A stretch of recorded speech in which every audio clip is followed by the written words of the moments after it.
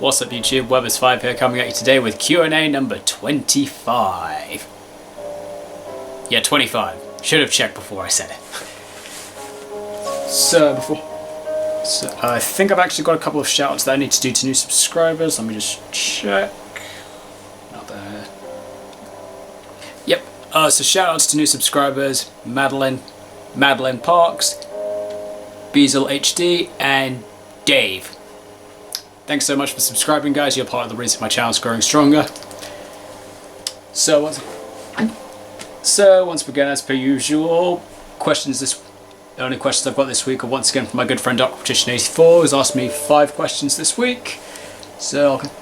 And following the pattern of what I've been doing the past few Q&As, guys, doing this one whilst I'm playing Pokemon Violet. We've got the Greninja raid coming up in a couple of weeks, and I need to start training up my Vaporeon for it, which seems to be a popular choice. So I need to get that trained up. So, first question from my good friend is, what was it that got you interested in designing playmats? But before I answer that question, my throat's really sore, so...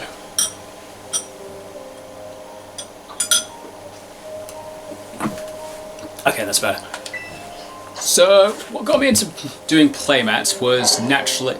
So, at the time when I first did it, it was kind of at the point...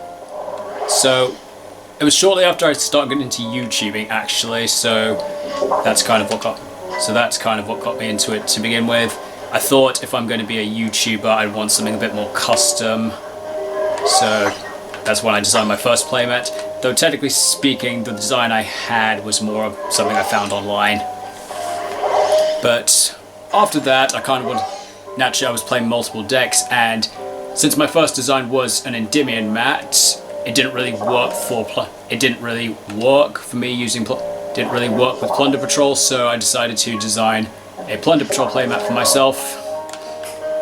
And then from there, kind of just got into doing lots of other mats, started doing them for other people, and that's basically where I am today.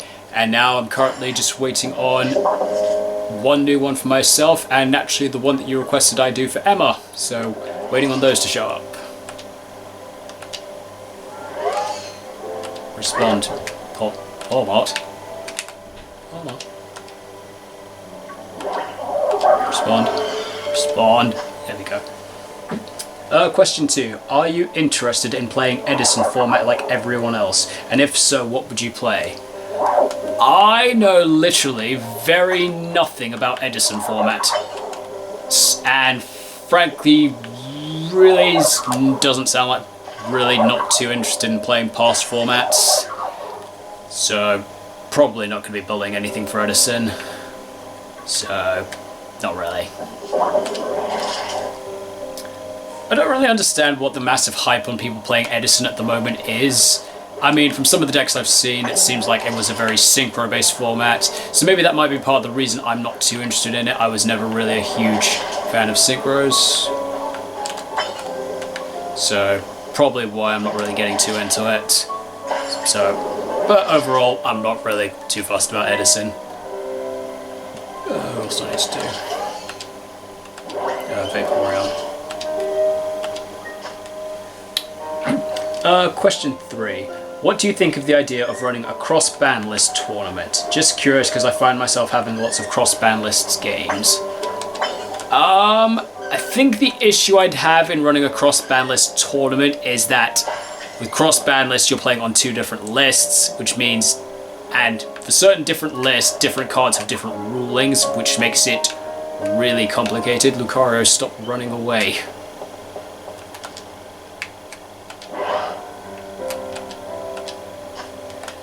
So, yeah, one of the issues I've got with cross-ban list is, yeah, different rulings, which makes it really complicated. Additionally, I don't really have many Additionally, I focus on one current format, so I'm not really overly fussed about cross formats and stuff, so...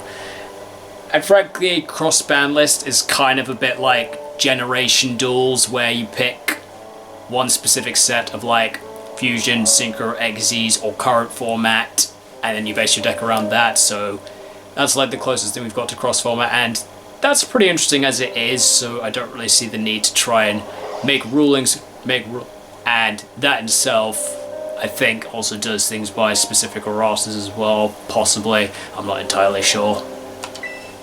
But overall, cross-band list is certainly an interesting idea, but not really something I'd want to get into, and I think planning an event around it would be quite difficult, so not really hugely interested.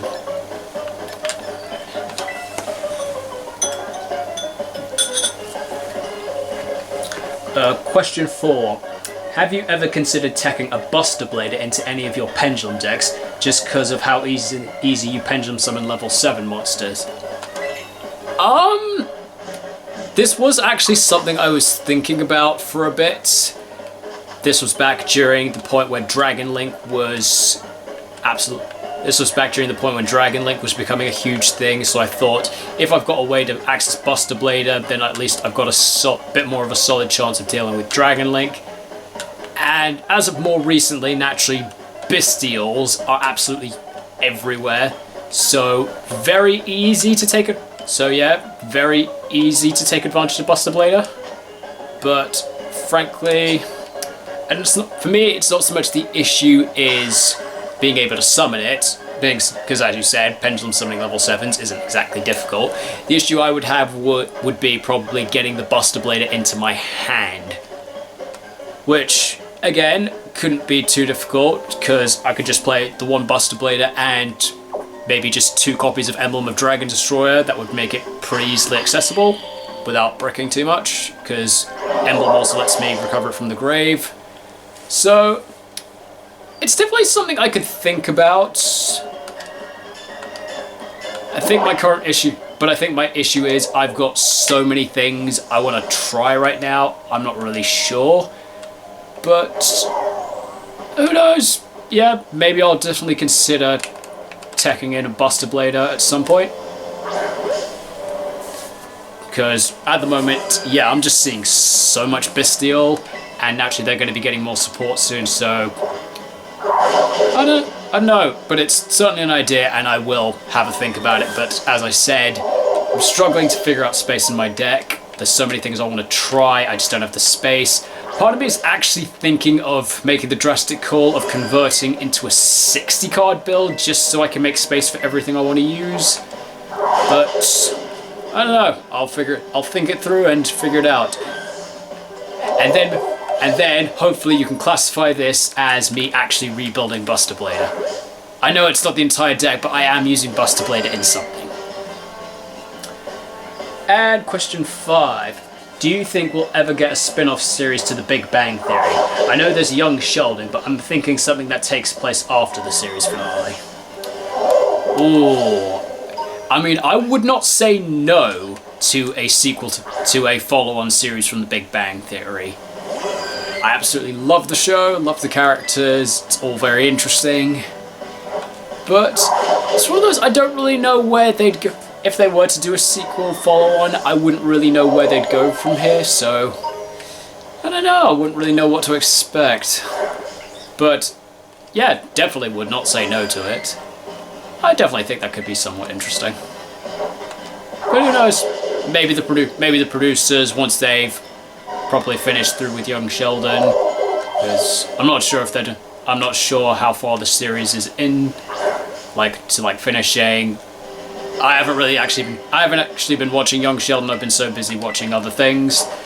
I might give it a go at some point, but yeah, definitely be interested to see if they were to do a spin-off series for afterwards, for a sequel. And on that note, guys, that's all the questions I have for this week. So thank you very much, Dark Magician 84, for your questions. Hope you found my answers interesting. If anybody's got any more questions for me, I do these Q&As every Wednesday afternoon UK time, so get your questions in before then. Thank you so much for watching, guys, and I will see you next time.